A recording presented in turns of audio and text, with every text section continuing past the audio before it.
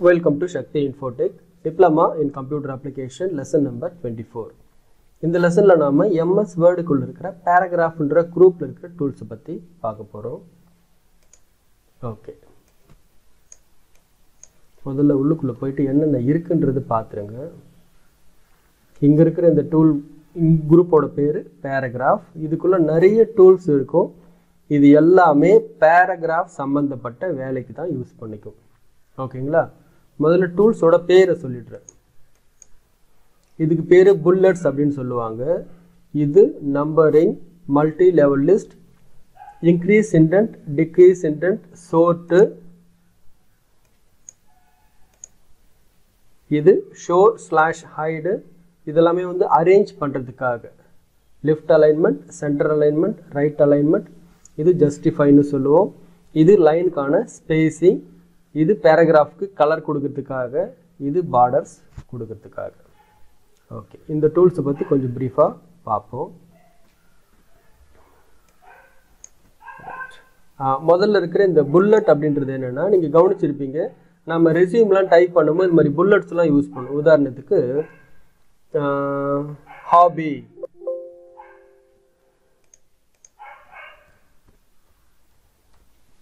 Hobby அப்படின்னு போட்டு என்ன பண்ணுவாங்க, கீழே கிரிக்கெட். அப்புறம் என்ன பண்ணுவாங்க, லிசனிங் மியூசிக். ஓகேங்களா, ஏதோ சம்திங் போட்டு போங்க. அதுக்கப்புறமா வேற என்ன பண்ணுவாங்க, ரீடிங் புக்ஸ். இந்த மாதிரி என்ன பண்ணுவாங்க போட்டுட்டு அதுக்கு புல்லட்ஸ் மாதிரி கொடுப்பாங்க இல்லைங்களா. அப்போ என்ன பண்ணலன்னா, டைப் பண்ணிவிட்டு அந்த ரேஞ்ச் வரைக்கும் அப்படியே செலெக்ஷன் பண்ணிவிட்டு இதுக்குள்ளே இருக்கிற புல்லட்ஸ் கொடுத்தீங்கன்னா அது என்ன ஆகும், ஆட்டோமேட்டிக்காக அந்த மாதிரி புல்லட்ஸில் உங்களுக்கு செட் ஆகும். அப்போது இங்கே இருக்கிற இந்த டூலோட பேர் புல்லட்ஸ். இந்த மாதிரி பாயிண்ட் பை பாயிண்ட்டாக நீங்கள் எழுதுறீங்க, பாயிண்ட்டை போடணும் அப்படின்னா என்ன பண்ணலாம், நீங்கள் இந்த டைப் ஆஃப் புல்லட்ஸை யூஸ் பண்ணிக்கலாம். செகண்டாக இருக்கிற இது என்னென்னா, எனக்கு இது மாதிரி புல்லட்ஸ் வேண்டாம், நம்பர்ஸ் தான் வேணும் அப்படின்னா நீங்கள் இந்த மாதிரி என்ன பண்ணலாம், நம்பர்ஸையும் யூஸ் பண்ணிக்கலாம். அப்போது புல்லட்ஸ் தேவைப்படுதுன்னா புல்லட்ஸு, நம்பர் தான் வேணும் அப்படின்னா நம்பரில் கூட பார்த்தீங்கன்னா நிறைய டைப்ஸ் இருக்கும். ஜென்ரலாக ஒன்றுன்னு போட்டு புள்ளி வைப்பாங்க சிலர் பார்த்தீங்க அப்படின்னா ஒன்றுன்னு போட்டு கம்மா கொடுப்பாங்க. இந்த மாதிரி சிலர் ரோமன் லெட்டரில் 1 2 3ன்னு கொடுப்பாங்க.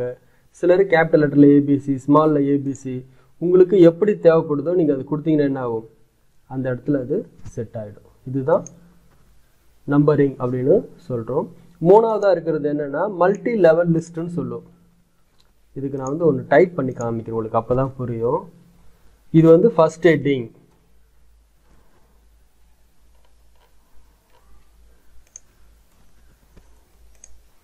இப்போ ஹெட்டிங் 1 நான் என்டர் கொடுத்துட்டு ஒரு டேப் கொடுப்பேன் செகண்ட் ஹெட்டிங்காக. அப்போ ஹெட்டிங் 2, திரும்பவும் சம்திங் ஹெட்டிங் 3. இந்த மாதிரி கொடுக்கும்போது என்ன ஆகும் அப்படின்னா 1.1 1.2 1.3ன்னு போடும் இல்லைங்களா. அந்த மாதிரியான விஷயங்கள் தான் இது போடும்.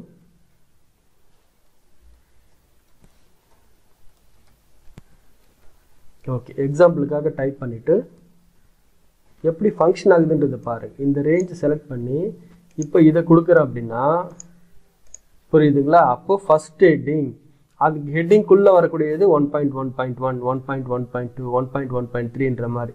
அப்போ நீங்கள் ஒவ்வொரு தடவை டேப் கொடுக்கும்போது என்ன ஆகும், அதை அடுத்த ஹெட்டிங்காக அது கன்சிடர் பண்ணும். இதில் வந்து ஒரு சின்ன பேப்பரில் டைப் பண்ணுறீங்கன்னா நாமளே டைப் பண்ணிட்டு போயிடலாம் 1.1 1.2ன்னு சொல்லிட்டு. ஆனால் பெரிய டாக்குமெண்ட்லாம் ரெடி பண்ணுறீங்க அப்படின்னா இது என்ன ஆகும், உங்களுக்கு ரொம்ப யூஸ்ஃபுல்லாக இருக்கும். நாம் இந்த நம்பர்ஸை கொடுக்கணுன்ற கட்டாயம் கிடையாது, நம்பர்ஸ் எல்லாமே ஆட்டோமேட்டிக்காக அதுவே பண்ணிக்கும். இதுதான் வந்து மல்டி லெவல் லிஸ்ட்னு சொல்லுவாங்க. இதுவே நீங்கள் இந்த இடத்துல இந்த மாதிரி கொடுத்தீங்கன்னா எல்லாத்துக்குமே என்ன ஆகும், காமனாக இந்த மாதிரி வரும். நம்பர்ஸ் கொடுத்தீங்கனாலும் இந்த மாதிரி வரும். ஆனால் இது கொடுத்தீங்க அப்படின்னா ஃபர்ஸ்ட் ஹெட்டிங் செகண்ட் ஹெட்டிங் அப்படின்ற மாதிரி உங்களுக்கு சேஞ்ச் ஆகும். அதுக்கப்புறம் இங்கே இருக்கிறது இது என்ன அப்படின்னா டிக்ரீஸ் இண்டென்ட். ஃபார் எக்ஸாம்பிள் கவனிங்க, நான் வந்து இங்கே ஏதோ டைப் பண்ணியிருக்கேன், எனக்கு இண்டென்ட் டிக்ரீஸ் ஆகணும் அப்படின்னா இதை கிளிக் பண்ணலாம். அப்போ இதை கிளிக் பண்ணாலும் ஒன்று தான், கீபோர்டில் நீங்கள் டேப்பை ப்ரெஸ் பண்ணாலும் சேம் தான். அப்போது இண்டென்ட்டை இன்க்ரீஸ் பண்ணுன்னு சொல்கிறதா இருந்தால் இது, இண்டென்ட்டை டிக்ரீஸ் பண்ணுன்னு சொல்கிறதா இருந்தால் இதையும் நாம் யூஸ் பண்ணிக்கலாம். ஓகேங்களா. இது என்ன அப்படின்னா சோர்ட்டுன்னு சொல்லுவோம். ஏபிசிடி அந்த வரிசையில் அரேஞ்ச் பண்ணுறதுக்காக நான் இதை டெலீட் பண்ணிவிட்டு சும்மா ஒரு எக்ஸாம்பிளுக்காக பேர் டைப் பண்ணுறேன். அன்பு அப்படின்ற ஒருத்தர், ரமேஷ், பாபு, சுரேஷ் அப்படின்னு பேர் இருக்குன்னு வச்சுக்கோமே. இதை ஸ்கூலில் என்ன பண்ணுவாங்க, ஏபிசிடி அந்த வரிசையில் அலைன் பண்ணி தான் எழுதுவாங்க இல்லைங்களா.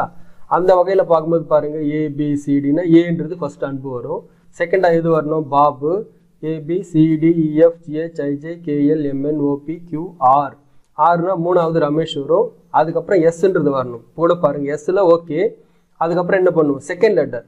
அப்போ ஏபிசிடினா ஏ இது வருது, அப்போ ஃபோர்த்தா சக்தின்ற பேர் வரணும், லாஸ்ட்டாக தான் இது என்ன சுரேஷ்ன்றது வரும் இல்லைங்களா. இப்படி தான் நம்ம அட்டண்டன்ஸில் எழுதுவாங்க இல்லையா.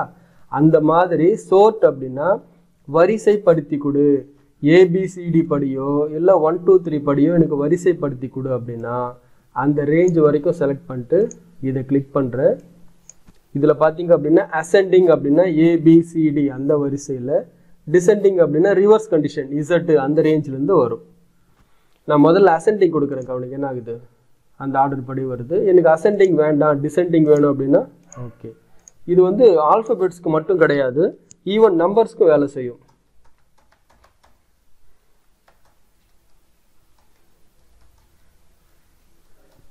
இப்போ பாருங்க, இந்த ரேஞ்ச் வரைக்கும் அப்படியே செலெக்ஷன் பண்ணிட்டு இப்போ நான் சோர்ட்டு அசெண்டிங் அப்படின்றது கொடுத்து ஓகே கொடுத்துனா என்ன ஆகும், ஆட்டோமேட்டிக்காக அசெண்டிங்கில் மாறும். இதுவே திரும்பவும் செலெக்ஷன் பண்ணுறேன். இப்போ இது கிளிக் பண்ணிக்கிட்டு டிசெண்டிங்ன்றது கொடுக்குறேன், என்ன ஆகும், பெரிய நம்பர் ஃபர்ஸ்ட்ல வரும், சின்ன நம்பர் லாஸ்ட்ல போயிடும். ஓகேங்களா. ரைட். இது என்ன அப்படின்னா /hide சொல்லுவோம், காமி இல்லைனா மறைச்சி வை. இது டெலிட்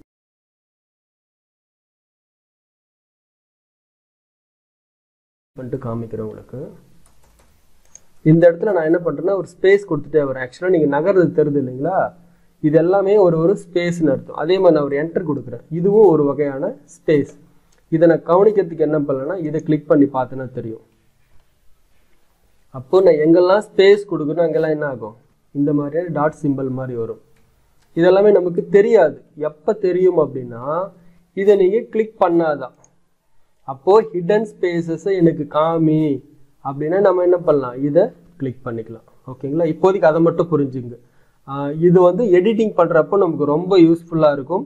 ஒரு டாக்குமெண்ட் ஆல்ரெடி டைப் பண்ணியிருக்கிற ஒரு டாக்குமெண்ட்டை எடிட் பண்ணும்போது இந்த டூல் எந்த அளவுக்கு யூஸ்ஃபுல்லாக இருக்குன்றது நான் உங்களுக்கு அப்போ சொல்கிறேன்.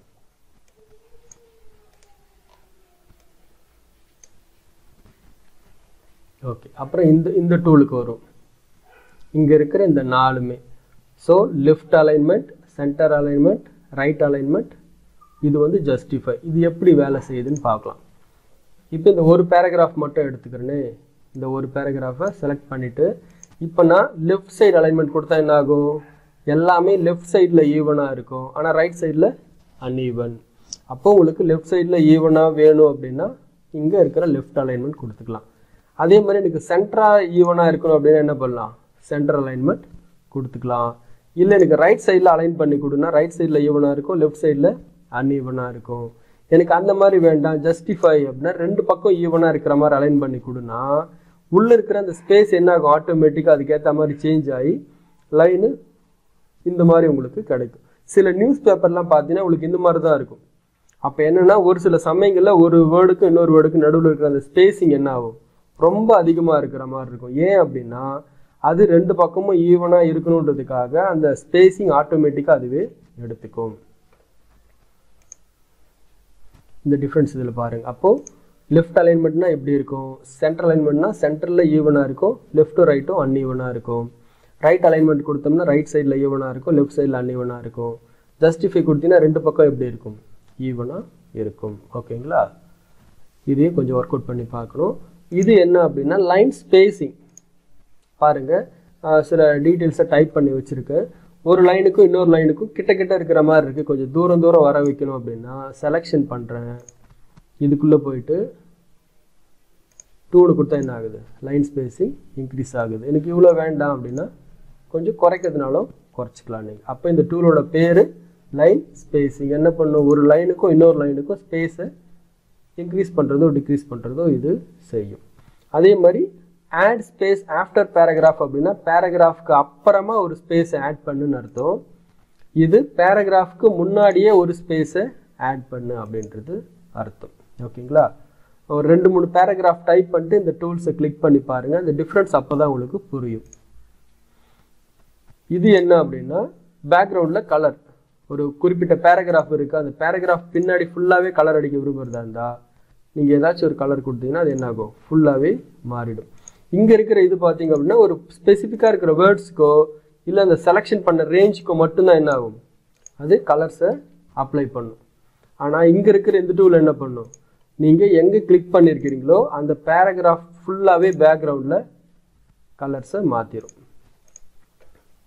அப்புறம் இது என்ன அப்படின்னா டேபிள் போடுறதுக்கான ஆப்ஷன். டேபிள் அப்படின்றத விட சுற்றி பார்டர் போடுறதுக்கான ஆப்ஷன். இந்த மாதிரி இருக்குது, எனக்கு இதெல்லாமே ஒரு பார்டர் மாதிரி வேணும், டேபிளுக்குள்ளே வேணும் அப்படின்னா இதை கிளிக் பண்ணிக்கிட்டு ஆல் பார்டர் கொடுக்குறேன். என்னாச்சு பாருங்கள், இமீடியட்டாக நமக்கு ஃபுல்லாகவே பார்டர் கிடச்சிரும். இதில் பார்த்தீங்க அப்படின்னா bottom border, top border, left side சொல்லிட்டு நிறைய ஆப்ஷன் இருக்கும். ஒவ்வொன்றையும் எனேபிள் பண்ணுறதுக்கு ஏற்ற மாதிரி அதை நம்ம காமிக்கவும் வச்சுக்கலாம், இல்லை மறைய வைக்கிறதுனாலும் மறைய வச்சுக்கலாம். ஓகேங்களா? இதுதாங்க பேராகிராஃப் அப்படின்ற குரூப்பில் இருக்கிற டூல்ஸ். ஒரு தடவை ரிவிஷன் மட்டும் கொடுத்துட்றேன், கொஞ்சம் பொறுமையாக கவனிச்சுங்க. ஃபர்ஸ்ட்டில் இருக்கிற இந்த டூலோட பேர் புல்லட்ஸ். என்ன பண்ணும், நாம் பாயிண்ட் பை பாயிண்ட்டாக எழுதுகிறோம் அப்படின்னா புல்லட்ஸ் ஆட் பண்ணணும்னு நினச்சோம்னா என்ன பண்ணலாம், இதுக்குள்ளே போயிட்டு அந்த புல்லட்ஸை நாம் ஆக்சஸ் பண்ணிக்கலாம். எனக்கு புல்லட்ஸ்லாம் வேண்டாம், நம்பர்ஸ் தான் வேணும் அப்படின்னா மேபி நீங்கள் என்ன பண்ணலாம், இதுக்குள்ளே போயிட்டு 1 2 3 ஏபிசிடியோ நிறைய ஃபார்மேட்ஸில் அவைலபிள் இருக்கும். உங்களுக்கு எது வேணுமோ அதை கொடுத்துக்கலாம். அதுக்கப்புறம் மல்டி லெவல் லிஸ்ட். ஓகேங்களா? அப்போது 1.1 1.1.1 1.1.1 அப்படின்ற மாதிரி நிறைய மல்டி லிஸ்ட்டை நம்ம ஜென்ரேட் பண்ணுறதா இருந்தால் இந்த டூல் யூஸ்ஃபுல்லாக இருக்கும். இது ஒரு பேஜில் டைப் பண்ணக்கூடிய அந்த இன்டென்ட் லெஃப்ட் சைடுக்கான போர்ஷன் இன்க்ரீஸ் பண்ணணுமா இல்லை ரைட் சைடுக்கான போர்ஷனை இன்க்ரீஸ் பண்ணணுமான்றது இது சொல்லும். ஓகேங்களா? இது ரெண்டுத்தையும் கிளிக் பண்ணி எப்படி ஃபங்க்ஷன் ஆகுது அப்படின்றத பாருங்கள். அப்போது டிக்ரீஸ் இன்டென்ட் என்ன பண்ணுது, இன்க்ரீஸ் இன்டென்ட் என்ன பண்ணுது, அந்த கசரோட மூவ்மெண்ட்டை கவனிச்சிங்கனாலே போதும், உங்களுக்கு ஈஸியாக புரிஞ்சிடும். அதே மாதிரி நிறைய நான் டைப் பண்ணி வச்சுருக்கேன், எனக்கு அதை சோர்ட் பண்ணி கொடு, வரிசைப்படுத்தி கொடு அப்படின்னா இதை நீங்கள் யூஸ் பண்ணிக்கலாம். மேபி இது டெக்ஸ்ட்டுக்கும் யூஸ் பண்ணிக்கலாம், நம்பர்ஸ்க்கும் யூஸ் பண்ணிக்கலாம், டேட்டுக்கு கூட யூஸ் பண்ணிக்கலாம். ஓகேங்களா? நீங்கள் கூட சரி ஒரு 15 விதமான டேட்டை மாற்றி மாற்றி போட்டுட்டு அதை நீங்கள் கிளிக் பண்ணி சோர்ட் பண்ணிங்க அப்படின்னா டேட் வைஸ் உங்களுக்கு என்ன ஆகுது, ஆட்டோமேட்டிக்காக மாற்றி கொடுக்கும். நாமளே கட் பண்ணி காப்பி பண்ணி போடுறது அப்படின்றது அவசியம் இருக்காது. எம்எஸ் வேர்டே அதை ஆட்டோமேட்டிக்காக சோர்ட் பண்ணி கொடுக்கும். அசெண்டிங் அப்படின்னா சின்னதுலேருந்து பெருசுன்னு அர்த்தம், டிசெண்டிங் அப்படின்னா பெருசுலேருந்து சின்னது அப்படின்னு அர்த்தம். ஓகே, இது show slash hide. Hidden spaces நீங்கள் எங்கெல்லாம் என்டர் கொடுக்குறீங்களோ அது எல்லாமே ஒரு வகையான ஹிடன் ஸ்பேஸ். டேப் கொடுக்குறீங்கன்னா அது ஒரு ஹிடன் ஸ்பேஸ், ஸ்பேஸ் பார் கொடுக்குறீங்கன்னா அது ஒரு ஹிடன் ஸ்பேஸ். உள்ளுக்குள்ள அந்த பேஜ் பிரேக்லாம் சொல்லுவோம், இதுக்கப்புறம் பார்ப்பீங்க. அது எல்லாமே ஹிடன் ஸ்பேஸ். அந்த ஹிடன் ஸ்பேஸை காமி அப்படின்னா இதை ஒரு தடவை கிளிக் பண்ணணும், காமிக்க வேண்டாம்னா திரும்ப ஒரு தடவை கிளிக் பண்ணி அதை டிசேபிள் பண்ணிக்கலாம்.